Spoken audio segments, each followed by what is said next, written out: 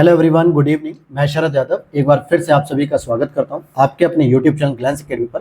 दोस्तों, यहां पर आप मेरे साथ स्टडी कर रहे हैं विजन आईएएस की टेस्ट सीरीज, जो कि पीटी 2024 के लिए इंपॉर्टेंट रहेगी। यूपीएससी प्रीलिम्स 2024 आपका 16 जून को है। उससे पहले हम लोग लगातार टेस्ट सीरीज को कवर कर रहे हैं, जिसमें ऑलरेडी मैंने 6 से 7 सब्जेक्ट कवर कर दिए, जिसमें ज्योग्राफी है, हिस्ट्री है, पॉलिटी है और साथ में इकोनॉमिक्स है। उनके दो पार्ट कर दिए हैं। और साथ में आज हम लोग जो कवर करेंगे, आज हमारा जो सेगमेंट रहेगा टेस्ट का, वो रहेगा इकोलॉजी एंड एनवायरनमेंट। अर्थात आज हम लोग एनवायरनमेंट को कवर करेंगे, साथ में मई 2023 के करंट अफेयर्स को भी इसमें इंक्लूड करते हुए चलेंगे। तो इसी तरीके से सारे टेस्ट सीरीज आपको लगातार मैं कराते रहूंगा। फिर साथ में कोशिश करूंगा कि फोरम आईएएस या नेक्स्ट आईएएस के भी हिंदी मीडियम के लिए टेस्ट सीरीज मैं कराते रहूँ आप लोगों के लिए।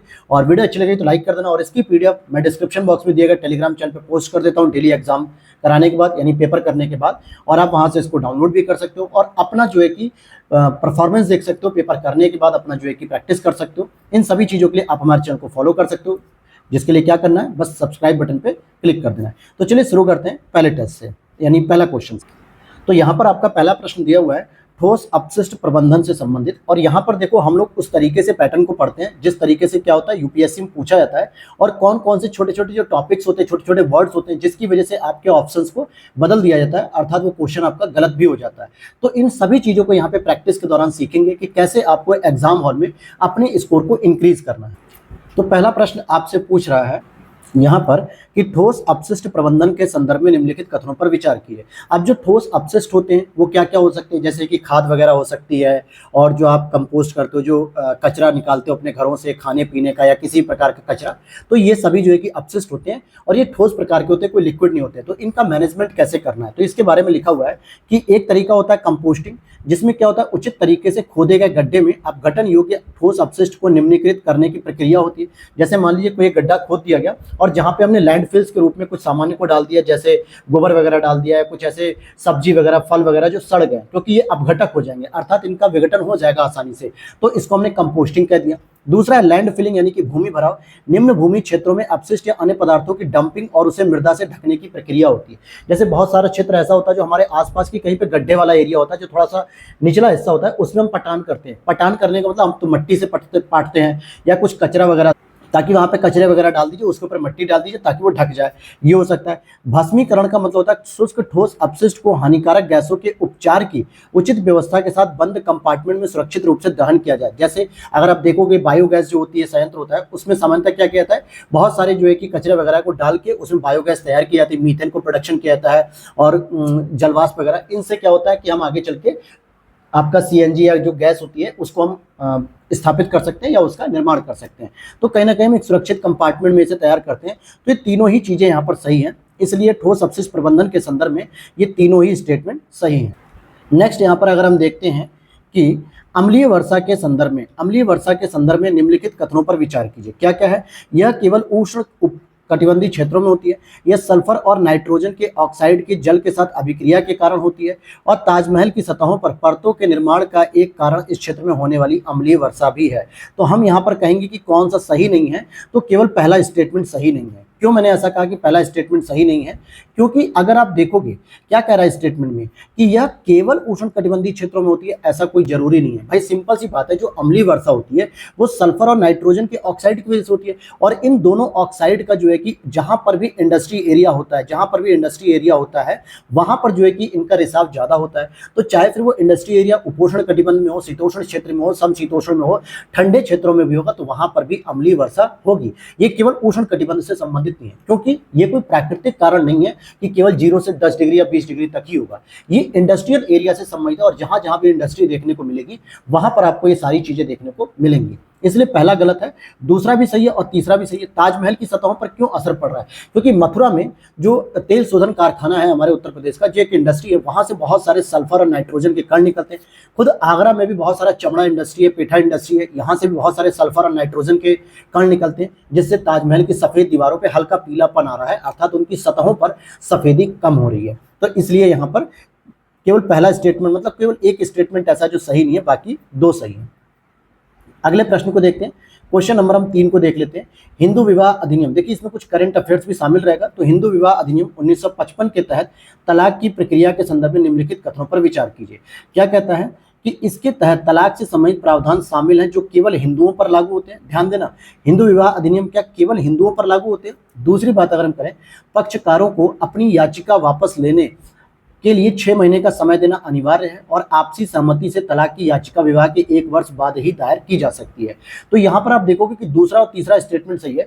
मान लेते हैं कि अगर विवाह हुआ और विवाह के 1 साल बाद अगर आप लोगों में कोई मतलब रंजिश है या पटरी नहीं खा रही है, अर्थात कि हस्बैंड वाइफ में अक्सर झगड़ा हो रहा है, तो दोनों लोग आपसी सहमति से 1 साल के बाद तलाक देने के लिए अर्जी दे सकते हो, ये भी सही है। और जो पक्षकार है, दोनों पक्ष आपस में अगर चाहें तो याचिका वापस लेने के लिए भी 6 महीने का समय दिया जाता है कोर्ट के द्वारा कि भाई अगर आप चाहो तो इस चीज को वापस ले सकते हो और अपना जो है कि तैयारी मतलब दोनों लोग शादी अच्छे से चला सकते हो।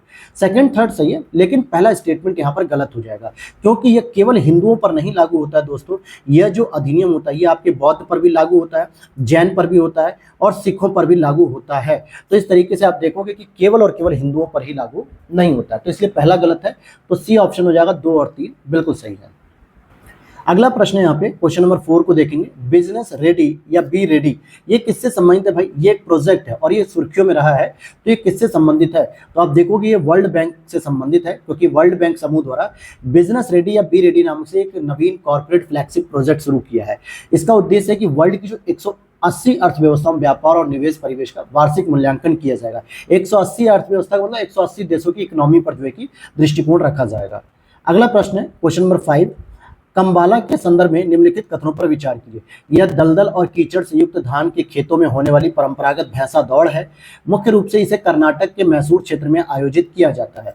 तो आप देखो कि पहला स्टेटमेंट तो सही है कि ये परंपरागत रूप से जो धान के खेत होते हैं जिसमें बहुत दलदली और कीचड़ युक्त होता है, वहां पर भैंसे कैसे दौड़ पाएंगे, ये सारी चीजों से संबंधित है। दूसरा, ये कर्नाटक से तो संबंधित है लेकिन ये मैसूर से संबंधित नहीं है, बल्कि उडुपी और दक्षिणी कर्नाटक, दक्षिणी कन्नड़ जो कि तटीय क्षेत्र से संबंधित है, न कि मैसूर से। तो इसलिए दूसरा गलत है, पहला सही है। आगे देखते हैं, नाइट्रोजन प्रदूषण के संदर्भ में निम्नलिखित कथनों पर विचार करते हैं। इसके संदूषण से ब्लू बेबी सिंड्रोम हो सकता है। नाइट्रोजन उर्वरकों का अत्यधिक मात्रा में उपयोग नाइट्रोजन प्रदूषण में वृद्धि कर सकता है। खेतों से जल निकायों तक नाइट्रोजन का अपवाद सुपोषण यानी यूट्रिफिकेशन का भी एक कारण बन सकता है। तो यहाँ पे तीनों ही स्टेटमेंट सही है क्योंकि नाइट्रोजन क्या है, असल में देखा जाए तो पौधों के लिए या पौधों के विकास के लिए नाइट्रोजन सबसे इंपॉर्टेंट माना जाता है।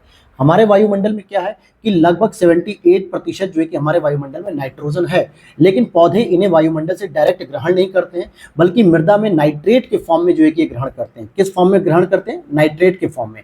तो इसके साथ साथ नाइट्रोजन यूजफुल तो माना जाता है, लेकिन अगर नाइट्रोजन का भी हम ज्यादा प्रयोग करेंगे तो कहीं ना कहीं प्रदूषण का कारण बन सकता है। पहला, ब्लू बेबी सिंड्रोम हो सकता है बच्चों को, यानी जब उनके पानी में नाइट्रोजन का मिश्रण हो जाता है नाइट्रेट के फॉर्म में और उस पानी का प्रयोग करते हैं तो उनके होंठ नीले पड़ जाते हैं, ब्लू बेबी सिंड्रोम।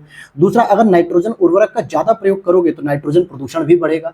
ठीक है। तीसरा है, खेतों से जल निकायों तक अगर हम नाइट्रोजन का अपवाद सुपोषण का कारण भी बनता है, यानी यूट्रिफिकेशन। और यूट्रिफिकेशन क्या होता है? जो कि शैवालों की अत्यधिक वृद्धि हो जाती है समुद्री क्षेत्र में, जलीय क्षेत्र में, जिससे गहरे क्षेत्रों के अंदर जो समुद्र या जल के अंदर जो गहराई तक रहने वाले जीव जंतु होते हैं वहां तक पोषक तत्व नहीं पहुंच पाते हैं और ना ही वहां तक कोई सूर्य का प्रकाश पहुंचता है, क्योंकि ऊपर पूरी एक हरी घास फैल जाती है जिसका नाम होता है शैवाल। इस वजह से यह हानिकारक हो जाता है। तो तीनों ही स्टेटमेंट सही है कि नाइट्रोजन का प्रदूषण कैसे हमारे लिए नुकसानदायक हो सकता है।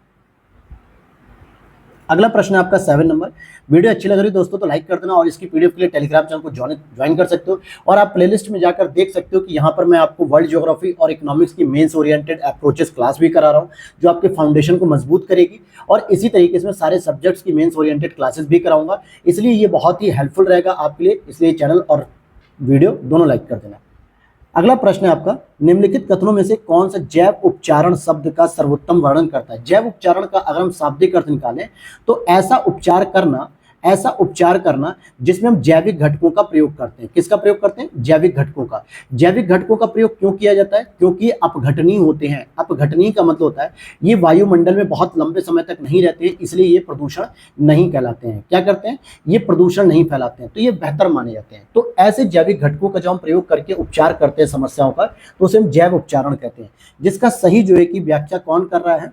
तो आप देखोगे यह पर्यावरणीय क्षति में सुधार और पुनर्प्राप्ति हेतु सूक्ष्म जीवों जैसे जैविक अभिकर्मकों का अनुप्रयोग किया था। सूक्ष्म जीव क्या हो गए? जैसे जीवाणु हो गए, वायरस हो गए या प्रोटोजोआ हो गए या जो है कि और भी कीट पतंगे, इनका प्रयोग अगर हम करते हैं, ये सभी जैविक घटक हैं, इसलिए इनको बेहतर माना जाता है जैव उपचारण शब्द के बारे में।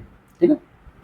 अब यहाँ पर अगर मैं पहले स्टेटमेंट को पढूं कि एक ही पोषी स्तर के भीतर सूक्ष्म जीवों के शरीर के कुछ ऊतकों में किसी पदार्थ की सांद्रता में वृद्धि होती है, यानी प्रदूषण की जो मात्रा वृद्धि होती है, तो इसको हम लोग कहते हैं, एक वर्ड आता है एनवायरमेंट में जिसको हम लोग कहते हैं जैव संचयन, ठीक है, जिसको हम लोग इंग्लिश में कहते हैं बायो एक्यूमुलेशन।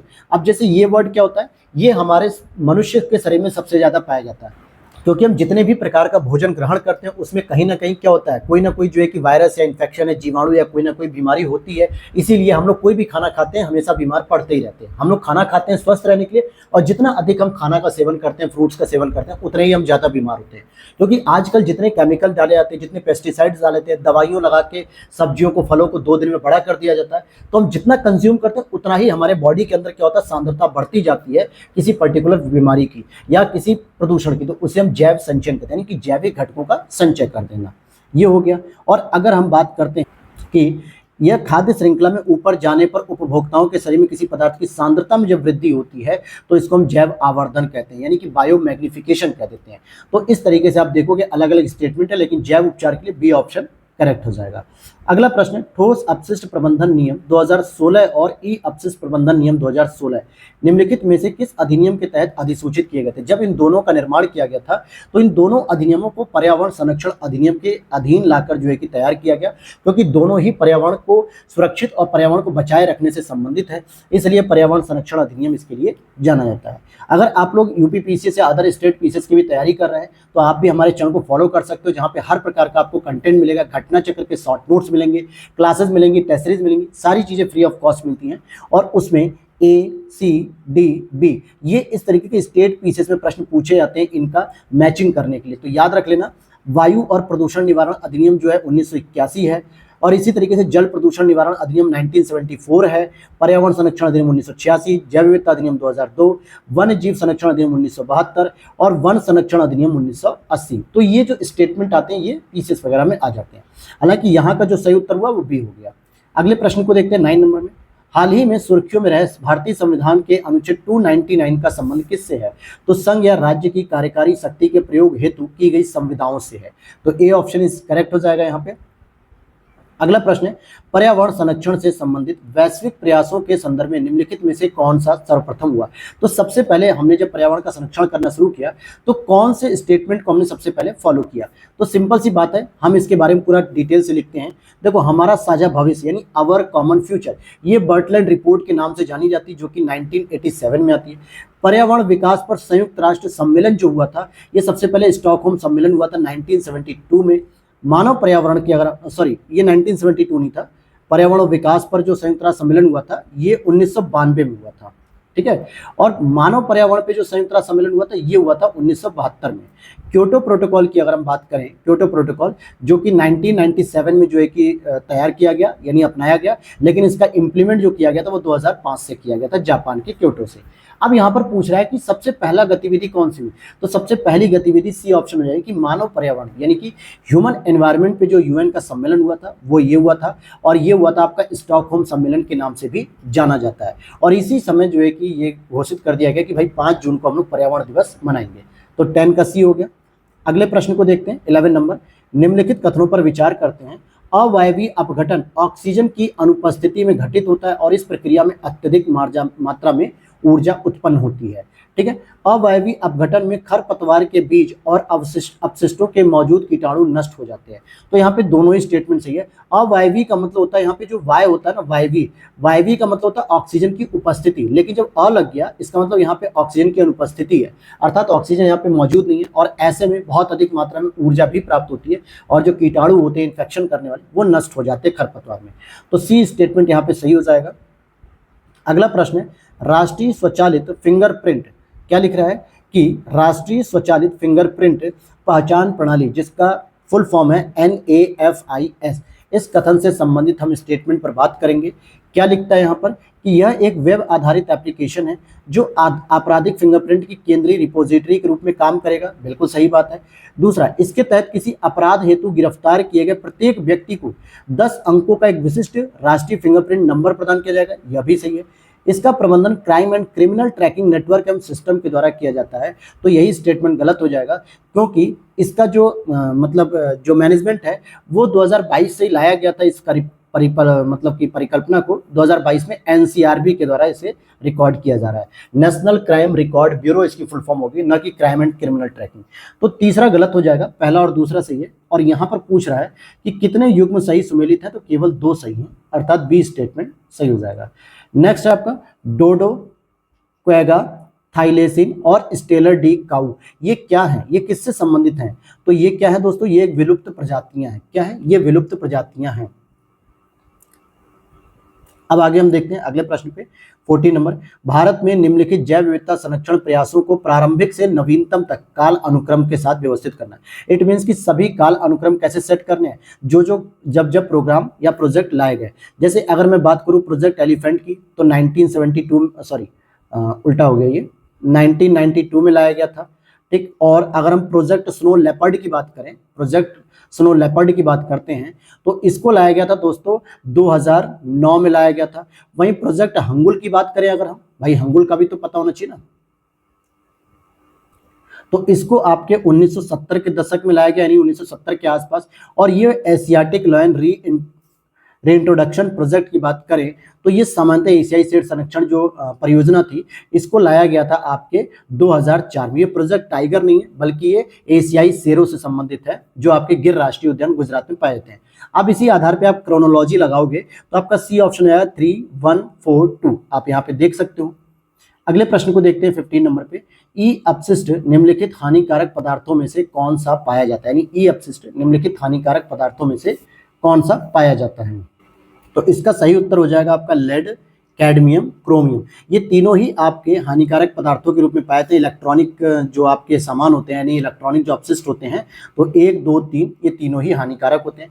अगला प्रश्न है झीलों के सुपोषण के संदर्भ में। अब सबसे पहले मैं आपको सुपोषण के बारे में अगर बताना चाहूंगा, तो देखो सुपोषण कोई हम लोग इंग्लिश में यूट्रोफिकेशन भी कहते हैं, यूट्रोफिकेशन कहते हैं। इसका मतलब क्या है कि जब सामान्यतः जो नदी होती है या जल होता है, नदी जल या वाटर बॉडी, समुद्र ले लो, सागर ले लो, झील ले लो, नहर ले लो, जब यहाँ पे कार्बनिक पदार्थों की मात्रा क्या होती है, बढ़ने लगती है। सॉरी, कार्बनिक पदार्थों की क्या होती है, कार्बनिक पदार्थों की मात्रा बढ़ने लगती है, और इसको विघटन करने के लिए जो बायोलॉजिकल ऑक्सीजन डिमांड की आवश्यकता पड़ती है घटकों के लिए, वो भी बढ़ने लगती है। और ऐसे में क्या होता है कि कार्बनिक पदार्थ का विघटन अधिक होने से क्या होता है, पोषण की मात्रा बढ़ जाती है। और पोषण की मात्रा बढ़ जाती है तो जो इन झीलों वगैरह में या समुद्रों में या सागरों में जो शैवाल होते हैं, जो हरी वनस्पतियां होती हैं, क्या जो हरी वनस्पतियां कहते हो, या स्पेशली शैवाल वगैरह, इनकी वृद्धि बहुत तेजी से होने लगती है। और ये वाटर बॉडीज के ऊपरी सतह पर क्या होते हैं, जैसे मान लो एक वाटर बॉडी जितनी बड़ी है, तो ये पूरे इस वाटर बॉडीज पे फैल जाएंगी ऊपर की ओर। और जब ऊपर की ओर फैल जाती हैं तो नीचे गहराई तक क्या होता है कि सूर्य का ना तो प्रकाश पहुंचता है, न गहराई में जो है कि पोषक तत्व तो पहुंच पाते हैं, जिससे क्या होता है नीचे गहराई में जो जीव जंतु होते हैं उनकी मृत्यु होने लगती है, वो मरने लगते हैं। इसलिए कहा जाता है कि सुपोषण शैवालों के लिए तो अच्छा माना जाता है, कि बहुत अधिक मात्रा में पोषण मिल रहा है, लेकिन बाकी पूरे वाटर इकोसिस्टम के लिए हानिकारक माना जाता है। अब यहाँ पे प्रश्न आपको पढ़ना है, क्या कह रहा है, यह एक मानव प्रेरित प्रक्रिया है और यह प्राकृतिक रूप से नहीं होती है। देखो, प्राकृतिक रूप से नहीं होती ये गलत बात है, मानव प्रेरित प्रक्रिया तो है, क्योंकि मानव जो है कि बहुत सारे प्रदूषण फैलाता है, बहुत सारे जो है कि रैपर्स होते हैं, चिप्स के पैकेट वगैरह या कोई भी खाद्यान्न सामग्री होती है, सामान्यतः क्या होता है नदी के आसपास जब रहता है तो फेंक देता है, गंगा जी में जाता है पूजा पाठ करने, वही फेंक देता है, टोकरी, माचिस, झील, दिए वगैरह जो होते सब फेंकता है। ये कार्बनिक पदार्थ के रूप में विघटन करना पड़ता है, लेकिन केवल ये मानव प्रेरित हो ऐसा जरूरी नहीं, प्राकृतिक रूप से भी ये घटनाएं होती हैं। तो इसलिए पहला तो स्टेटमेंट गलत हो गया। दूसरा, सुपोषण के लिए प्रमुख संदूषक नाइट्रेट और फास्फेट होते हैं। बिल्कुल सही बात है कि यहाँ पे जो प्रमुख प्रदूषण होते हैं वो नाइट्रेट और फास्फेट होते हैं। तो दूसरा सही है, पहला इसलिए सही होता कि अगर वो कहता प्राकृतिक भी होती है और मानव निर्मित भी। अगला स्टेटमेंट है, निम्नलिखित कथनों पर विचार कीजिए। वन्य जीव अभ्यारण्यों की तुलना में राष्ट्रीय उद्यानों को मानव गतिविधि पर अत्यधिक प्रतिबंधों के साथ अधिक सुरक्षा प्रदान की जाती है। वन्य जीव अभ्यारण्यों को कोई निश्चित सीमा नहीं होती है, जबकि राष्ट्रीय उद्यानों की सीमाएं सुपरिभाषित होती हैं। वन्य जीव अभ्यारण्यों के विपरीत राष्ट्रीय उद्यानों को केवल केंद्र सरकार द्वारा अधिसूचित किया था। बस यही गलत है कि वन्यजीव अभ्यारण्यों के विपरीत राष्ट्रीय उद्यानों को केवल केंद्र सरकार के द्वारा अधिसूचित किया था, ये तो सही है, लेकिन इसके साथ साथ आपको यह भी बताना था कि वन्यजीव अभ्यारण्यों की भी घोषणा केवल राष्ट्र सरकार करती है, केंद्र सरकार करती है, राज्य सरकार जो है कि नहीं करती है। ठीक है, तो ऐसा नहीं कि केवल राष्ट्रीय उद्यान की करें, वन्यजीव अभ्यारण्यों की भी जो है कि केंद्र सरकार करती है कुछ शर्तों के साथ। तो तीसरा गलत है, पहला दूसरा सही है, यानी केवल 2 सही सुमेलित हैं।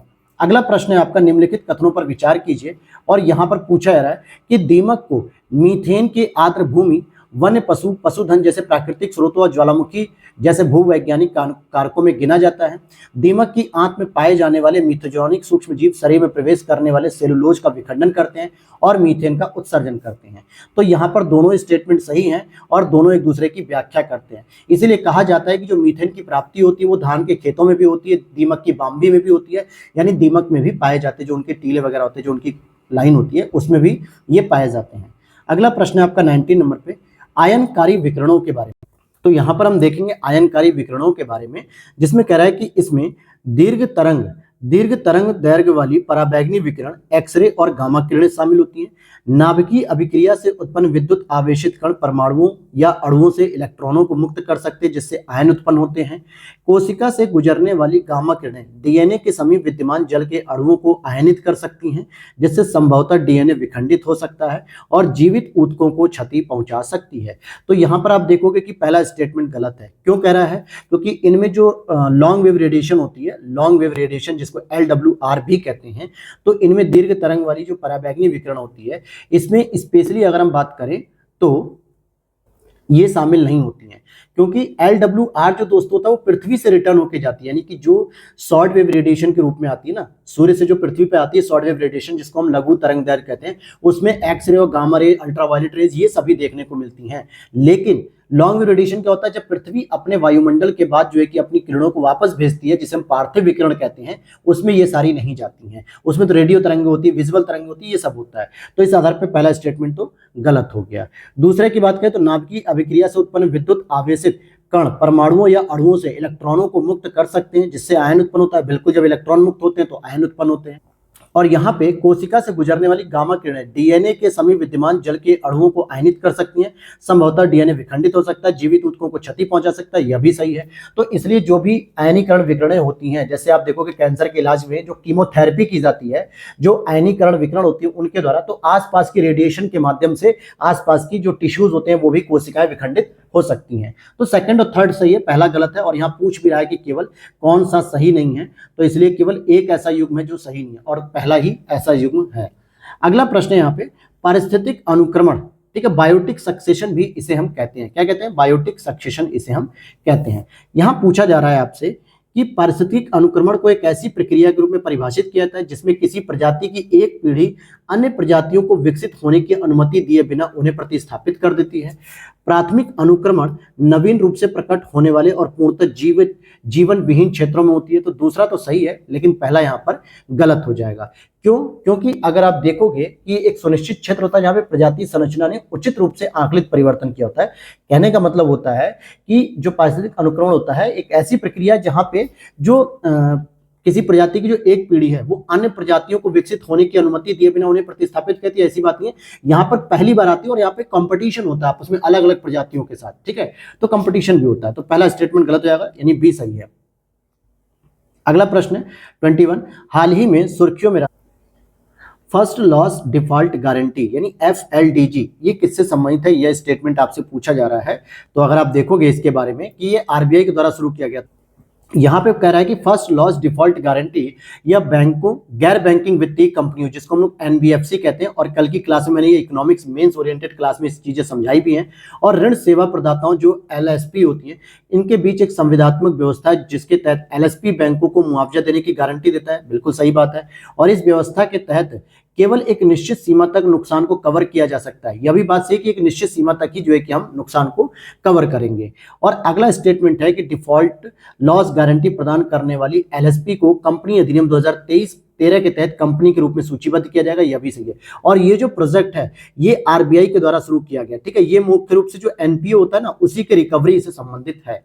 और यह भी कहा गया कि जो कुल राशि जो है उस ऋण की 5% से अधिक नहीं होगी। जो कवर करने के लिए यहाँ पे लिख रहा है ना कि एक निश्चित सीमा, तो ये 5% से अधिक नहीं हो सकती है। तो इसलिए यहाँ पे तीनों ही सही है, अर्थात कि डी ऑप्शन हो जाएगा, 1, 2, 3 तीनों सही हो जाएंगे। नेक्स्ट है आपका निम्नलिखित कथनों पर विचार कीजिए। और हम निम्नलिखित कथनों पर विचार करना शुरू करते हैं। क्वांटम भौतिकी पदार्थ और ऊर्जा के मूलभूत स्तर पर किए जाने वाले अध्ययन को संदर्भित करती है। इसका उद्देश्य प्रकृति के मूलभूत निर्माण खंडों के गुणों और व्यवहारों का पता लगाना है। क्वांटम प्रभाव अत्यंत सूक्ष्म अवधि और द्रव्यमान के स्तर पर या तापमान के पूर्णतः शून्य होने पर घटित होता है। तो ये दोनों ही बातें यहाँ पर सही है। अगले प्रश्न को देखते हैं। अधिकांश शाकनाशी स्तनधारियों के लिए विषैले होते हैं। शाकनाशी का मतलब होता है जो शाकाहारी पौधे होते हैं, अर्थात कि एक तरीके से घास फूस जो होती है। तो ये पूछ रहा है कि क्या अधिकांश जो शाकनाशी हैं वो स्तनधारियों के लिए नुकसानदायक होते भी हैं या नहीं। तो हम कहेंगे हाँ बिल्कुल हो सकते हैं, लेकिन आगे अगर हम देखें कि शाकनाशी खाद्य जाल में सांद्रित हो जाते हैं, और इस आधार पे कहोगे कि हाँ दोनों ही बातें सही हैं, क्योंकि जैसे जैसे आपके स्तनधारियों यानी कि जो ह्यूमन बींग्स हैं, जानवर हैं, उनके अंदर ये बहुत सारे जो है कि प्रदूषण युक्त जो शाकनाशी होती है वो इकट्ठा होते जाते हैं, और जिसकी वजह से ये प्रॉब्लम करते हैं, विषैले हो जाते हैं। तो 23 का ए हो जाएगा। अगला प्रश्न है आपका 24। निम्नलिखित में से कौन से ओजोन परत के क्षरण के संभावित प्रभाव हो सकते हैं। अगर ओजोन का क्षरण होगा तो क्या क्या प्रभाव आपको देखने को मिल सकता है। अब यहाँ पर प्रभाव के बारे में अगर हम बात करें तो भाई पादपों की उत्पत्ति और विकास की अवधि में भी विलंब हो सकता है, क्योंकि जब ओजोन परत का क्षरण हो जाएगा तो जो अल्ट्रावायलेट रेज है या फिर और भी बहुत सारी जो हानिकारक जो रेज आती है, किरणें आती हैं, वो डायरेक्टली जो है कि प्लांट्स पे इफेक्ट डालेंगी, तो प्लांट्स पे प्रभाव पड़ेगा। क्षोभ मंडली ओजोन में वृद्धि हो जाएगी। क्षोभ मंडली ओजोन जो कि समताप मंडल में जो ओजोन पाई थी वो पाई जाती है लगभग 90%, और ये पॉजिटिव होती है यानी कि अच्छी मानी जाती है। लेकिन जो क्षोभ मंडल में जो 10% ओजोन पाई जाती है ना, ये नेगेटिव होती है, अर्थात ये प्रदूषण के रूप में मानी जाती है। और अगर इन 10% की वृद्धि और होने लगी, अर्थात ओजोन क्या करेगी, प्रदूषण के रूप में काम करेगी, तो ये भी एक प्रभाव पड़ेगा। क्षोभ मंडल का सापेक्ष शीतलन जो है कि परिवर्तित होगा। मानवों में मोतियाबिंद की घटनाओं में वृद्धि होगी। अगर एक और प्रभाव देखने को कहूं तो मैं ये भी कह सकता हूं कि मानव में जो है कि स्किन कैंसर के डिजीज बढ़ जाएंगी, त्वचा कैंसर की प्रॉब्लम्स आएंगी, तो अलग अलग प्रकार की समस्याएं बढ़ने लगेंगी। इस आधार पर हम कह सकते हैं कि डी हो जाएगा सही। 1 2 3 4 5 सभी के सभी सही हो जाएंगे। अगला प्रश्न है यहाँ पे, एक पारिस्थितिकी तंत्र से दूसरे पारिस्थितिकी तंत्र में क्रमिक किंतु निरंतर परिवर्तन के क्षेत्र को जब प्रजातियों की संरचना के संदर्भ में दोनों के बीच कोई स्पष्ट सीमा निर्धारित नहीं होती है तो उसे हम क्या कहते हैं।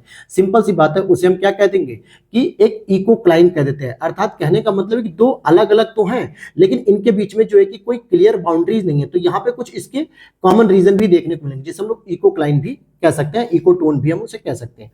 अगला प्रश्न है, निम्नलिखित में से किन मानदंडों का प्रयोग जैव विविधता हॉटस्पॉट की पहचान के लिए किया जाता है। कि जब भी हम जैव विविधता हॉटस्पॉट की बात करते हैं तो कौन कौन सा जो है कि हम चीजों को मानेंगे, मतलब कि कौन कौन से मेजरमेंट होने चाहिए। जैसे इंडिया में अगर देखोगे भारतीय प्रायद्वीप में तो 4 जो आपके जैव विविधता हॉटस्पॉट हैं, जिसमें आपका वेस्टर्न घाट हो गया और पूर्वी हिमालयी क्षेत्र हो गया, सुंडालैंड हो गया, ये सभी हैं। तो इसमें हम कौन कौन से फैक्टर को देखते हैं, तो प्रजाति समृद्धि देखते हैं और उच्च स्थानिकता देखते हैं और संकट की आशंका भी देखते हैं कि कितनी आशंका संकट की है या नहीं है। लेकिन यहाँ पे आक्रामक प्रजातियों की अगर उपस्थिति ज्यादा होगी तो वो जैव विविधता हॉटस्पॉट नहीं होगा बल्कि वो हानिकारक चीजें होंगी, इसलिए यहाँ पर जो है कि इसको शामिल नहीं करेंगे। तो इस आधार पे 1 3 4 हो जाएगा। अगला प्रश्न है 27, ओजोन के संदर्भ में ही है। इसका निर्माण प्राकृतिक रूप से केवल वायुमंडल में ही हो सकता है। अब यहाँ पे केवल वर्ड पे आपको फोकस करना है कि क्या ये बात सही है। ठीक है, आगे देखते हैं। अगर हम बात करें, क्योंकि यहाँ पे स्पष्ट रूप से उसने कह दिया कि इसका निर्माण केवल और केवल वायुमंडल में ही हो सकता है, तो ये बात गलत हो जाएगी, क्योंकि जो ओजोन का अणुसूत्र होते हैं वो होते हैं आपके O3। अगर हम ऑक्सीजन प्लस एक नवजात ऑक्सीजन को आपस में इंट्रोड्यूस करा दें तो हमारा क्या बन जाएगा, O3। तो इसे तो हम कृत्रिम रूप से लैब में भी तैयार कर सकते हैं, तो पहला तो गलत हो गया। फिर कह रहा है समताप मंडल में यह एक शील्ड का निर्माण करती है जो हमें सूर्य की पराबैंगनी विकिरण से बचाती है, और क्षोभ मंडल में ओजोन नहीं पाई जाती। अभी मैंने आपको बताया कि क्षोभ मंडल में लगभग 10% जो ओजोन होती है वो एक प्रदूषणकारी के रूप में होती है। तो यहां पर आप देखोगे कि पहला भी गलत है और तीसरा भी गलत है, और कौन सा सही है, तो केवल एक युग्म सही है, वो है आपका सेकंड वाला। अगला प्रश्न है आपका, हाल ही में सुर्खियों में रही global green house gas watch, ये पहल किसके द्वारा शुरू की गई है, तो ये वर्ल्ड मेट्रोलॉजिकल ऑर्गेनाइजेशन यानी विश्व मौसम विज्ञान संगठन के द्वारा इसे शुरू किया गया है। अगला प्रश्न है, निम्नलिखित कथनों पर विचार करते हैं। बहुत छोटे प्राणी बिरले ही ध्रुवीय क्षेत्रों में पाए जाते हैं। छोटे प्राणियों का पृष्ठीय क्षेत्रफल उसके आयतन की अपेक्षा क्या होता है, कम होता है। तो यहां पर आप देखोगे कि पहला तो सही है लेकिन दूसरा गलत है, क्योंकि छोटे प्राणियों का जो पृष्ठीय क्षेत्रफल होता है उसके आयतन की अपेक्षा कम होता है, ऐसी बात नहीं होती है, उनका आयतन कम हो जाता है बल्कि। तो 29 का तो सी हो जाएगा। और अगले प्रश्न की ओर देखते हैं 30, हाल ही में सुर्खियों में रही शब्दावली एक फोरम शॉपिंग, ये फोरम शॉपिंग किससे संबंधित है, तो सबसे अनुकूल परिणाम प्राप्त करने की आशा में एक विशेष अदालत के चयन का अभ्यास करना ही फोरम शॉपिंग है। ठीक है, और अगर हम बात करें अगले प्रश्न की 31 की बात करें तो 31 हमारा प्रश्न कहता है निम्नलिखित कथनों पर विचार कीजिए। प्रजाति एकरूपता किसी समुदाय में प्रजातियों में प्रचुरता के वितरण का वर्णन करती है। प्रजाति समृद्धता या प्रचुरता किसी परिभाषित क्षेत्र के भीतर प्रजातियों की संख्या होती है। तो यहाँ पर दोनों स्टेटमेंट सही है कि जो प्रजाति एकरूपता होती है ये किसी समुदाय में प्रजातियों की प्रचुरता का वर्णन करती है कि बहुत सारी प्रजाति पाई जाती है। वहीं प्रजाति समृद्धता क्या होती है, ये एक क्षेत्र के भीतर प्रजातियों की संख्या भी बताती है। तो दोनों बातें सही हैं। अगला यहाँ पे राष्ट्रीय उद्यान है और राज्य, इनका मिलान करना है कि कितने सही हैं। अगर मैं काजीरंगा राष्ट्रीय उद्यान की बात करूं तो क्या काजीरंगा आपको अरुणाचल में देखने को मिलता है? तो आप कहोगे नहीं सर, ये तो आसाम में है, तो ये गलत हो गया। रणथंभौर राष्ट्रीय उद्यान, ये तो बिल्कुल सही है, तो राजस्थान में होता है। कान्हा राष्ट्रीय उद्यान, यह भी सही है, ये एमपी में होता है। सिमलीपाल राष्ट्रीय उद्यान ये पश्चिम बंगाल में नहीं है बल्कि ये कहाँ पे, ओडिशा में है। तो केवल दो युग्म सही है, अर्थात कि आपका बी ऑप्शन इज करेक्ट हो जाएगा। अगला प्रश्न, निम्नलिखित प्रक्रियाओं पर आपको विचार करना, जैसे कृषि अफवाह, खुले में शौच, औद्योगिक अपशिष्टों का निर्वहन और बाढ़, न्यूक्लियर रिएक्टरों से शीतलक का निर्वहन। निम्नलिखित में से कौन सी प्रक्रियाएं हैं जो जल प्रदूषण के लिए उत्तरदायी होती हैं? अगर आप कृषि अफवाह कर रहे हो और इसमें अगर बहुत ज्यादा आप रासायनिक कीटनाशकों का प्रयोग कर रहे हो तो ये कहीं ना कहीं जमीन के नीचे जाके जो भौम जल स्तर होता है उसको जो है कि प्रदूषित करेगा, अर्थात जल प्रदूषण हो गया, पहला ठीक है। खुले में अगर आप शौच कर रहे हो तो कहीं ना कहीं आपका जो मलमूत्र है वो प्रवाहित होकर जब नदियों में जाएगा, वाटर बॉडीज में जाएगा, तो ये क्या करता है, वाटर को जो है कि प्रदूषित करता है, ये भी सही है। औद्योगिक अपशिष्ट के माध्यम से जो कचरा निकलता है, गंदगी निकलती है, जो सामान्यतः बहुत बड़ी बड़ी नदियों में जो है कि उनको डंप कर दिया जाता है, यह भी इसका एक फैक्टर बन सकता है। और आगे अगर हम देखते हैं कि बाढ़ से भी जो है कि जल प्रदूषण होता है, न्यूक्लियर रिएक्टरों से जो शीतलक का निर्वहन होता है, यह भी एक बाढ़ मतलब कि प्रदूषण का कारण बनता है। तो 1 2 3 4 5 ये सभी के सभी जो है कि बनते हैं। अगला प्रश्न है, निम्नलिखित में से कौन सा जैविक क्षमता पद का सर्वोत्तम वर्णन करता है? जैविक क्षमता का मतलब होता है बायोटिक पोटेंशियल, मतलब एक जैविक प्रक्रिया में कितनी क्षमता होती है। तो संसाधनों के असीमित होने और पर्यावरणीय दशाओं के आदर्श होने पर यह अधिकतम दर है जिस पर समष्टि में वृद्धि हो सकती है। तो बिल्कुल सही है, ए ऑप्शन हो जाएगा। अगला प्रश्न है यहाँ पे, जैविक ऑक्सीजन मांग यानी कि बायोलॉजिकल ऑक्सीजन डिमांड जल निकायों में सुपोषण का एक संकेतक है। बिल्कुल, मैंने आपको बताया था कि जिस प्रकार से कार्बनिक पदार्थों की मांग बढ़ेगी, मतलब वृद्धि होती है, उसी प्रकार से बीओडी की मांग भी बढ़ जाती है, यानी कि ये सुपोषण की प्रक्रिया को दर्शाता है। ये भी चीज सही है। फिर वहीं लिख रहा है, बीओडी में वृद्धि का तात्पर्य है कि जल निकाय में अत्यधिक अकार्बनिक प्रदूषण की उपस्थिति हो चुकी है। तो अकार्बनिक नहीं होता है दोस्तों, बल्कि वो होता है कार्बनिक पदार्थ जिसका विघटन आसानी से किया जा सकता है। इसलिए केवल एक सही होगा, दूसरा गलत हो जाएगा। अगला प्रश्न है, पृथ्वी की जैव विविधता के संदर्भ में दर्ज की गई सभी प्रजातियों में से 70% से अधिक पादप पाए जाते हैं। आप कहोगे कि हाँ पादप हैं कि नहीं है। फिर जंतुओं में कीट सबसे अधिक समृद्ध जाति वर्ग समूह है। बिल्कुल सही बात है, दूसरा तो सही है, लेकिन जितनी भी प्रजातियां हैं उसमें से आप देखोगे 70% पादप नहीं बल्कि 70% जंतुओं की प्रजातियां, तो पहला गलत है, इसलिए केवल दूसरा ही सही हो जाएगा। अगला प्रश्न है आपका, अनिष्ट चतुष्क। अनिष्ट चतुष्क उपनाम का प्रयोग उन प्रमुख कारणों का वर्णन करने हेतु किया जाता है जिसकी वजह से विश्व भर में प्रजातियां तीव्र गति से विलुप्त हो रही हैं, और इसके ह्रास का जो प्रमुख कारण होते हैं वो कौन कौन से इसके प्रमुख कारण के रूप में जाने जाते हैं। तो अगर आप देखोगे कि अत्यधिक अगर आप वनस्पति या प्राकृतिक संसाधनों का दोहन कर रहे हो तो भी दिक्कत होगी, पर्यावास की अगर क्षति हो रही है या उनका विखंडन हो रहा है तो भी ये विलुप्त होंगी, विदेशी प्रजातियों का अगर आक्रमण हो रहा है तो ये स्थानीय प्रजातियों को विलुप्त कर देती हैं, और सहविलुप्तता भी होती है। तो चारों ही फैक्टर यहाँ पे सही पाए जाएंगे, 37 का डी हो जाएगा। अगला प्रश्न है, सामान्य तौर पर जैसे जैसे हम भूमध्य रेखा से ध्रुवों की ओर बढ़ते हैं वैसे वैसे प्रजातियां की विविधता कम होती जाती है। बिल्कुल सही बात है। समशीतोष्ण पर्यावरण के विपरीत उष्ण कटिबंधीय पर्यावरण अधिक मौसमी और अपेक्षाकृत अप्रत्याशित होते हैं। तो क्या ये स्टेटमेंट सही है? तो हम कहेंगे कि नहीं, ये अप्रत्याशित नहीं होते बल्कि एक सिंपल पैटर्न पे बने रहते हैं। ये सामान्यतः 0 से 20 डिग्री 30 डिग्री तक एक ही जैसा पैटर्न होता है, जबकि अगर अप्रत्याशित की बात करेंगे तो अप्रत्याशित तो समशीतोष्ण क्षेत्र में पाया जाता है। ठीक है, तो इसलिए इसका हो जाएगा सी ऑप्शन। सी ऑप्शन में क्या कह रहा है कि पहला तो सही है लेकिन दूसरा गलत है। अगला प्रश्न है यहाँ पे, भारतीय पुनर्वास परिषद के संदर्भ में निम्नलिखित कथनों पर विचार कीजिए। यह सामाजिक न्याय और अधिकारिता मंत्रालय के अधीन एक सांविधिक निकाय है क्या?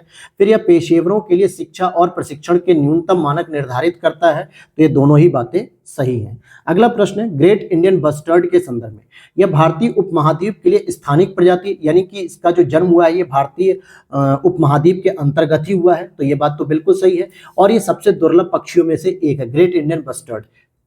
फिर अगर हम देखें, यह पर्यावरण और वन मंत्रालय की वन्य जीवों के पर्यावास का विकास योजना के तहत प्रजाति पुनर्प्राप्ति कार्यक्रम के लिए पहचान की गई प्रजातियों में से एक है, और यह राजस्थान का एक राज्य पक्षी के रूप में भी जाना जाता है, तो यह भी सही है। तो यहाँ पर आप देखोगे कि ग्रेट इंडियन बस्टर्ड जो है ये तीनों ही स्टेटमेंट सही हैं, और जिसके लिए अगर आप देखोगे कि प्रोजेक्ट गोडावड़ क्या है, एक प्रोजेक्ट है गोडावड़, इसको शुरू किया गया था और राजस्थान सरकार ने जैसलमेर के डेजर्ट नेशनल पार्क में इसका शुरुआत किया था। तो इस तरीके से तीनों ही स्टेटमेंट आपका सही है, अर्थात कि उपर्युक्त सभी तीनों सही है।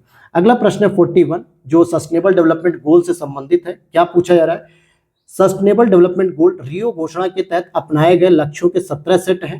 देखो सस्टेनेबल डेवलपमेंट जो गोल है वो कितने हैं, 17 हैं कि नहीं, ये बात तो सही है, लेकिन ये रियो घोषणा पत्र के अंतर्गत नहीं अपनाया गया, क्योंकि रियो घोषणा दोस्तों 1992 में हुई थी, जबकि एसडीजी लक्ष्यों को 1 जनवरी 2016 से लागू कर दिया गया था। हालांकि इसे जो है कि 2015 में मतलब कि अपना लिया गया था कि अगले 15 वर्षों में अर्थात 2030 तक हम 17 गोलों को प्राप्त कर सकेंगे, तो पहला गलत।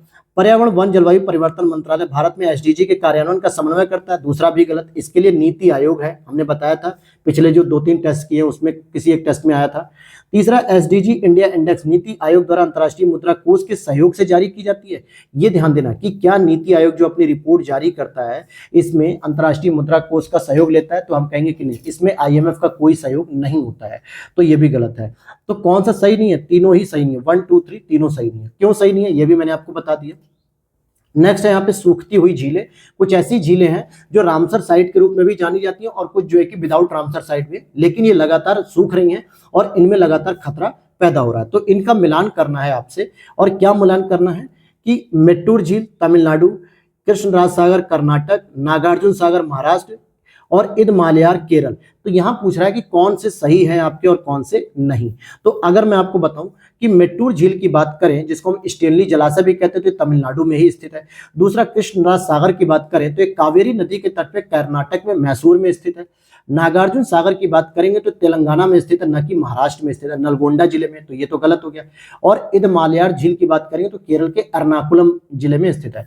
तो 1 2 4 तो सही है, तीसरा गलत है, अर्थात कि केवल 3 युग्म सही सुमेलित है। अगला प्रश्न है पर्यावरण प्रभाव आकलन, यानी इन्वायरमेंटल जो इम्पैक्ट होता है उसका असेसमेंट करने के लिए पर्यावरण संरक्षण अधिनियम 1986 के तहत किसी भी गतिविधि के आधुनिकीकरण या नई परियोजनाओं की स्थापना के लिए पर्यावरणीय मंजूरी अनिवार्य कर दी गई है। अगला यहाँ पर देखना है कि यह कुछ उद्योगों को उनकी परियोजनाओं के निवेश मूल्य के आधार पर इन्वायरमेंट इम्पैक्ट असेसमेंट आवश्यकताओं से छूट प्रदान करता है। तो ये दोनों ही स्टेटमेंट यहाँ पर सही है, इसलिए 43 का हो जाएगा सी स्टेटमेंट। आगे चलते हैं 44 नंबर पे, निम्नलिखित कथनों पर विचार करते हैं। चट्टान जैसी निर्जीव वस्तुओं की आयु का निर्धारण करने के लिए क्या हम कार्बन डेटिंग का उपयोग नहीं किया जा सकता? कार्बन डेटिंग कार्बन के कार्बन 12 समस्थानिक के रेडियोधर्मी क्षय पर आधारित होता है। अब ये देखो आपसे कई बार पूछा जाता होगा, तो देखो पहली चीज अगर आपसे यहाँ पे पूछी जा रही है कि कार्बन डेटिंग के माध्यम से हम कार्बनिक पदार्थों का जो है कि जीवन चक्र पता करते हैं, न कि चट्टानों का। ठीक है, तो पहला तो स्टेटमेंट आपका सही है कि हाँ इसका उपयोग नहीं होता, लेकिन दूसरा गलत है क्योंकि कार्बन 14 का प्रयोग करते हैं, न कि 12 समस्थानिक, तो दूसरा गलत है। अर्थात कथन एक सही है और कथन दूसरा गलत है। अगले स्टेटमेंट को अगर हम देखें 45, एंडोसल्फान को कैंसर कारक तंत्रिका तंत्र एवं आनुवंशिक पदार्थों के लिए हानिकारक माना जाता है।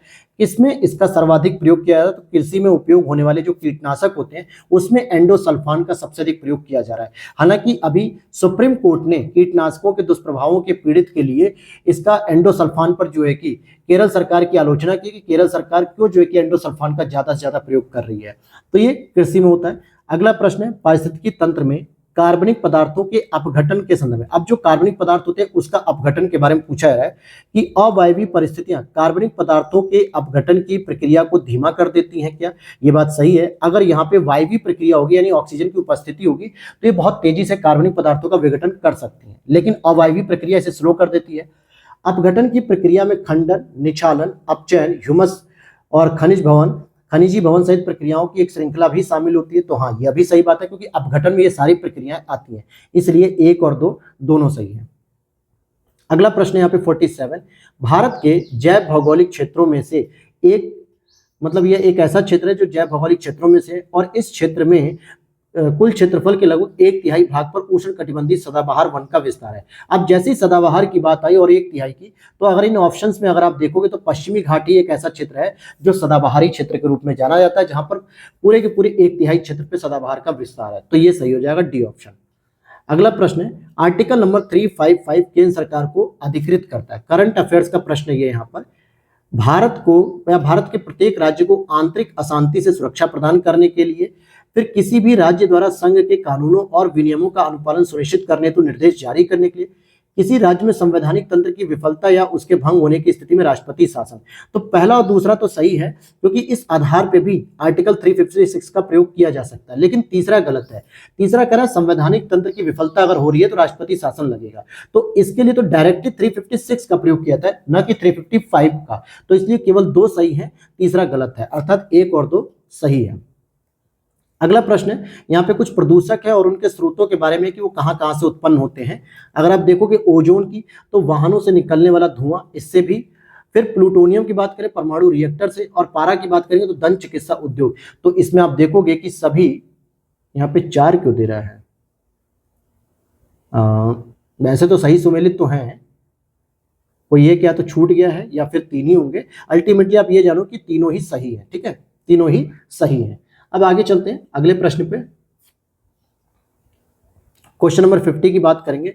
हाल ही में सुर्खियों में रहने वाला ग्रीन शू ऑप्शन निम्नलिखित में से किससे संबंधित है? जो ग्रीन शू ऑप्शन है वो किससे संबंधित है? तो ये शेयर बाजार के इनिशियल पब्लिक ऑफरिंग से संबंधित है। इकोनॉमिक्स में मैंने आपको बताया भी है आईपीओ क्या होता है। निम्नलिखित में से कौन सा बायो प्रोस्पेक्टिंग शब्द का सर्वोत्तम वर्णन करता है? तो बायो प्रोस्पेक्टिंग शब्द का जो सर्वोत्तम वर्णन होता है, यह पादपों और जंतुओं की प्रजातियों की एक खोज है ताकि उनके आनुवंशिक संसाधनों का उपयोग वाणिज्यिक उत्पादों के उत्पादन में किया जा सके, यानी कि उनके डीएनए वगैरह का प्रयोग किया जा सके।